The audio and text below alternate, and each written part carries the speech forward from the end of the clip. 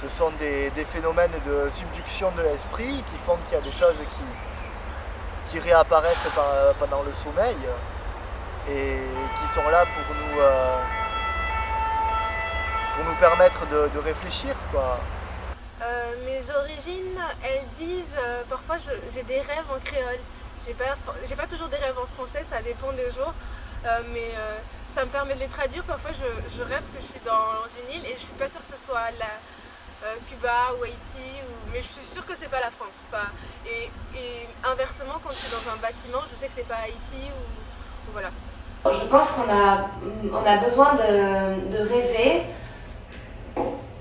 pour canaliser d'une certaine manière en fait toutes nos pulsions et nos envies qui sont peut-être d'ordre de l'instinct ou de l'inconscient en fait. L'inconscient a besoin de s'exprimer. Alors je pense qu'on peut s'exprimer en faisant de l'art par exemple également, ou en dansant, en chantant, mais avec le rêve, je pense que c'est une forme où l'inconscient s'exprime directement. En fait, il n'y a pas de médium, ça sort directement et la conscience n'a pas vraiment d'effet dessus, il n'y a pas de contrôle. Donc c'est un peu toutes nos choses enfouies, notre partie incontrôlée qui peut à ce moment-là, pendant le repos, s'exprimer. Et je pense que je crois que c'est même vital en fait.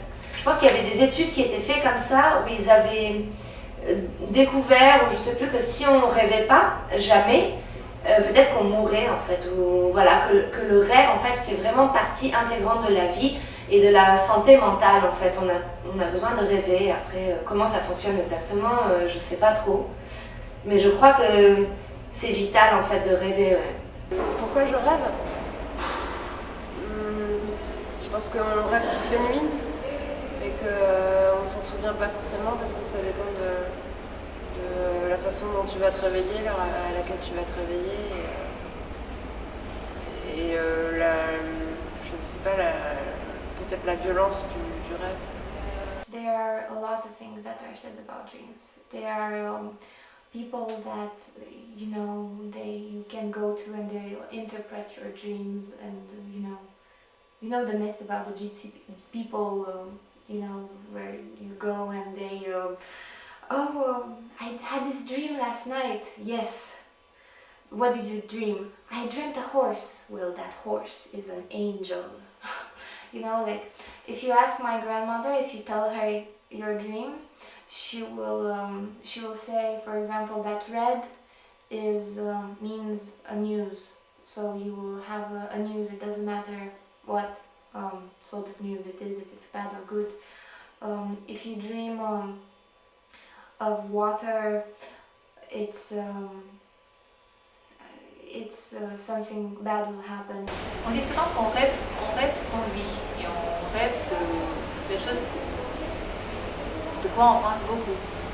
Parfois, c'est vrai qu'on rêve des choses, par exemple au niveau d'un détail ou d'une conversation ou d'une approche de quelqu'un qu'on ne fait pas trop attention quand on le voit et finalement on se dit ça nous a beaucoup marqué parce que finalement tu le vois dans ton rêve et tu le remarques de plus. Pourquoi on rêve? Je sais pas. Je pense que ça doit être positif, j'imagine, mais c'est vrai que moi j'ai jamais de rêve positif. Alors, je sais pas. Peut-être que c'est pour nous donner envie de choses. Mais moi je fais pas de rêve positif. Mais quand je fais des cauchemars, pourquoi? Parce que je pense que c'est parce que j'ai peur de quelque chose et c'est toujours une question d'avenir. C'est-à-dire que si j'ai pas envie que ça se passe, je vais le rêver, je sais que je vais essayer de faire pour que ça se produise pas, quoi. Il fait un rêve. Il rêvait dans son rêve. Il y a un papillon. Et le lendemain matin, il s'est réveillé. Il se demande, est-ce que c'est le papillon dans mon rêve ou c'est moi, je suis dans le rêve d'un papillon. Donc, depuis tout petit, je trouve ça génial comme une idée.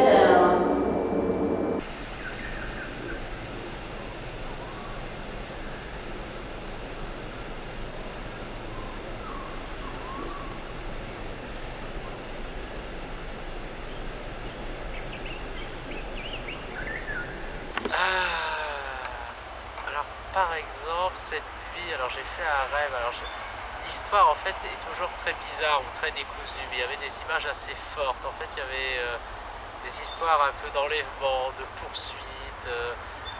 Je rêve souvent de choses comme ça, ou de choses un peu apocalyptiques, tu vois, je sais pas, de fin du monde, de trucs comme ça un petit peu délirants.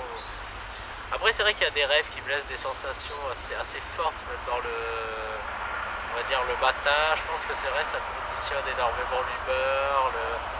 J'ai rêvé il n'y a pas longtemps que quelqu'un qui m'était proche mourait, des choses comme ça. C'est des choses, genre de rêves qui reviennent assez souvent. Ou peut-être des choses aussi par rapport à la folie, tout ça. Enfin, c'est toujours assez bizarre, quoi. Bah, en fait, il y a pas mal de rêves qui ont été bien marqués dans ma tête. Mais il y a un rêve que j'oublierai jamais, et c'était il y a peut-être 20 ans que j'ai rêvé de ça. Je pense que c'était à la fin de guerre entre l'Iran et l'Irak. Et moi j'étais petite, j'avais peut-être, quand la guerre était finie, j'avais 7 ans. J'avais 7 ans. Et ça c'était juste après en fait, parce que voilà, moi j'étais à Téhéran et la guerre était plutôt dans le sud. Mais il y avait quand même les bombardements et tout. Et une nuit, j'ai rêvé, parce qu'on avait un terrasse chez nous, enfin comme un grand balcon dans notre maison. Et après il y avait la cour. Et moi j'ai rêvé que c'était pendant la nuit, dans mon rêve. Et que je dormais comme ça et j'étais en train de regarder le ciel. Et j'ai vu les avions qui venaient et qui voulaient nous bombarder.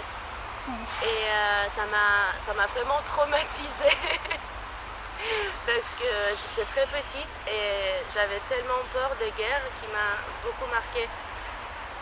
Et voilà, après il y a toujours des rêves, parfois ils sont un peu rigolos aussi, c'est par rapport à ce que j'ai vécu, par rapport les conversations que j'ai eues avec les gens peut-être, ou des blagues même parfois. Mais ça c'est un rêve que j'ai fait il y a vraiment très longtemps, peut-être 20 ans, un truc pareil, mais j'oublierai jamais. Wow.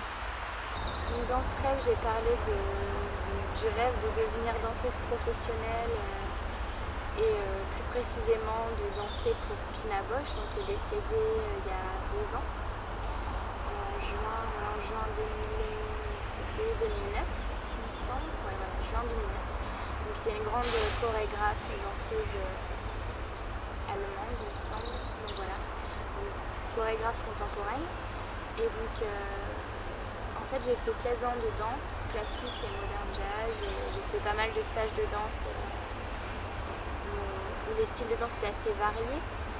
Et donc, j'ai découvert cet artiste en allant voir des conférences dans une salle de spectacle de ma petite ville de Châteauroux, puisqu'on avait monté un collectif Culture Danse pour encadrer les personnes qui, pour le bac, passaient des options danse en fait. Et donc voilà, j'ai eu un petit coup de foudre pour cette chorégraphe quand j'ai vu sa pièce Café Muller, donc j'ai aussi précisé dans mon rêve. Qui peut, je pense, assez décrire des fois comment je me sens.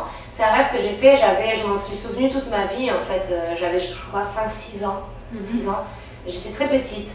Et c'était un rêve, c'était presque un cauchemar parce que c'était un cauchemar en fait, c'était très angoissant, mais c'était pas, il n'y avait pas de sang, enfin c'était pas du tout violent, mais c'était une angoisse plutôt mentale en fait. Et en fait c'était très bizarre en fait, donc j'avais 5-6 ans et dans mon rêve, j'étais dans une famille, mais qui n'était pas ma vraie famille, donc c'était une autre famille. Et je suis fille unique en fait, et donc là j'avais des frères et sœurs, et donc j'avais mon père, ma mère, mes frères et mes sœurs, je crois 2-3, ils avaient un peu plus grand que moi ou mon âge, et en fait c'était trop bizarre parce qu'en fait j'étais l'intrus dans la famille, j'étais différente d'eux, et eux, ils étaient un peu comme des Suédois, on habitait dans un chalet en bois, et ils étaient tous blonds, très blonds, et un peu comme des Playmobil en fait, ils se ressemblaient tous, sauf moi. Et en fait, j'avais donc cette position de retrait, d'être un peu toute seule face à toute la famille, mais d'être dedans en même temps.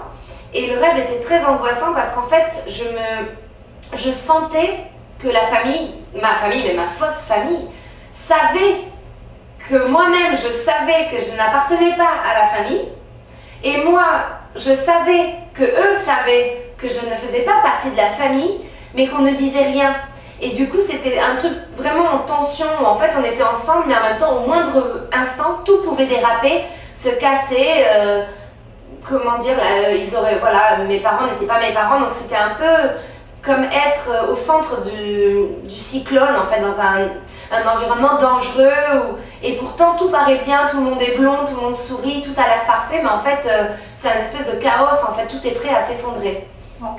Et c'était assez marquant parce qu'en plus j'étais très jeune, donc d'aller penser ça, ça m'avait vraiment marqué. Et je pense que ça reflète aussi du fait d'avoir beaucoup voyagé, ce côté peut-être où finalement, c'est pas juste toute seule, mais où j'ai toujours été un peu différente des autres. Et j'ai dû toujours m'intégrer, tu vois, dans des pays différents, avec des familles, avec des gens, des amis, toujours différents. Donc j'étais en même temps dedans avec eux, mais jamais je n'étais comme eux. Par exemple au Mexique ou n'importe quel pays, j'étais pas mexicaine. J'étais toujours, j'avais toujours une position différente. Donc je pense que c'est ça que ça voulait peut-être exprimer. Et du coup c'est un rêve assez important qui m'a permis vraiment de comprendre ça. Et assez angoissant aussi. Ouais, les seuls cauchemars que je fais, c'est vraiment des angoisses. Il n'y a pas de sang, il n'y a pas de violence. C'est juste sur des tensions comme ça. C'était un rêve assez important celui-là. Mais je l'ai rêvé qu'une fois. Mais je m'en souviens très bien en fait. Assez bizarre. Il y en a un que j'ai fait il y a quelques années où je m'étais engueulée avec mon père et avec ma famille, et du coup j'étais assez angoissée. Et en fait j'ai rêvé, dans mes rêves il y a souvent plusieurs parties. Il y a des parties, des espèces d'épisodes, des espèces de séquences comme dans un film. Et là la première partie, j'étais dans mon rêve, j'avais, je sais pas moi, 12-13 ans, quelque chose comme ça. Et c'est bizarre parce que dans ma tête, c'était un rêve en noir et blanc. Alors c'était comme si on était dans un vieux film, un peu style Les 400 coups, je sais pas. Et j'étais avec une bande de gamins de mon âge et on montait une pente en vélo. Et à un moment donné, mon vélo a crevé et je me souviens, il y avait un bar à côté, j'ai demandé de l'aide et le gars nous a crié dessus. Il s'est énervé, quoi, du coup on est parti en courant. Et on monte la pente et tout d'un coup mon rêve change de scène, change de séquence, pas de scène. Et je me retrouve sur une place avec énormément de gens. Et je comprends pas trop ce qui se passe, là je sens l'angoisse qui monte un peu. Et après tout de suite, paf, ça change de lieu, je suis au milieu de la place, dans une espèce de tente blanche avec ma mère, mon beau-père et ma petite sœur. Et je me souviens, ma mère me regarde et elle était toute souriante, toute contente, un peu débile, un peu naïve, un peu bizarre. Et elle me dit tiens, regarde, choisis la photo que je vais mettre sur mon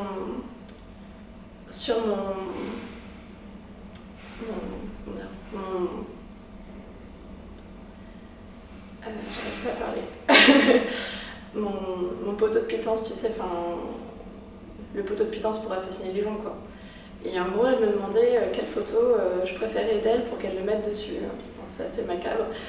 Puis ça, ce qui m'a assez marqué, c'est qu'elle avait un air assez enjoué, quoi, genre comme une gamine qui allait au cirque ou au manège. C'était assez spécial. Et après, ça change de scène et il y a des gens qui sont alignés.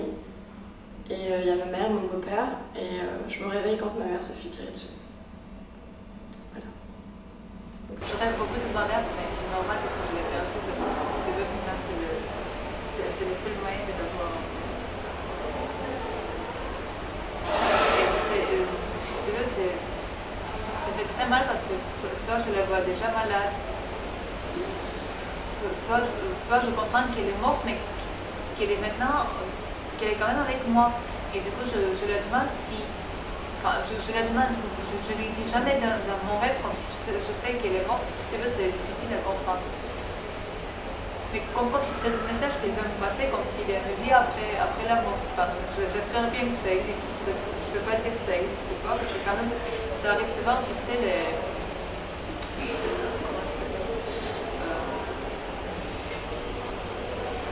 comme si tu revis une chose que tu as déjà vue. des choses assez étranges, mais je pense qu'il arrive souvent aux gens.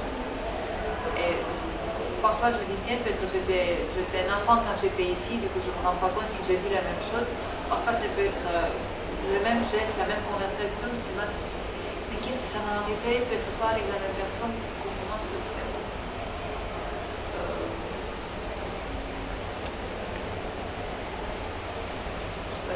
Je parle souvent à ma mère de mes rêves. Une fois, elle m'avait dit qu'il a peur de moi. Chaque fois, si tu veux, chaque fois quand je lui parle, je m'excuse. Tu sais, c'était quelqu'un. C'est pas parce que c'était ma mère, si tu veux, que je dis que c'était quelqu'un de bien. Mais c'est vrai, la mère pour chacun, c'est la meilleure personne du monde, c'est normal.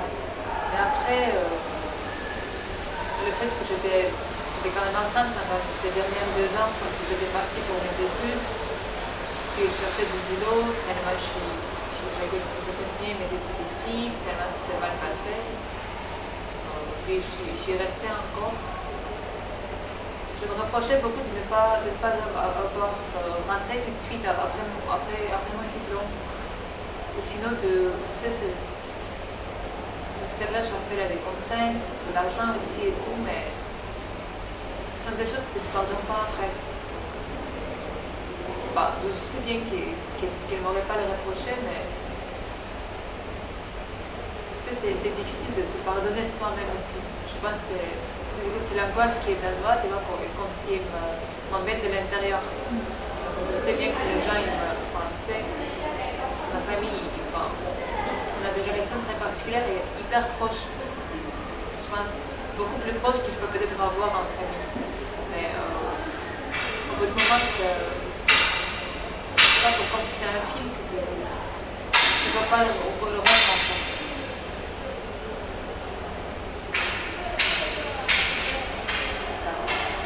Mais de l'autre côté, tu vois, ce que je rêve maintenant de ma mère, c'est le seul moyen d'avoir des photos, par exemple, de la voir et de lui parler.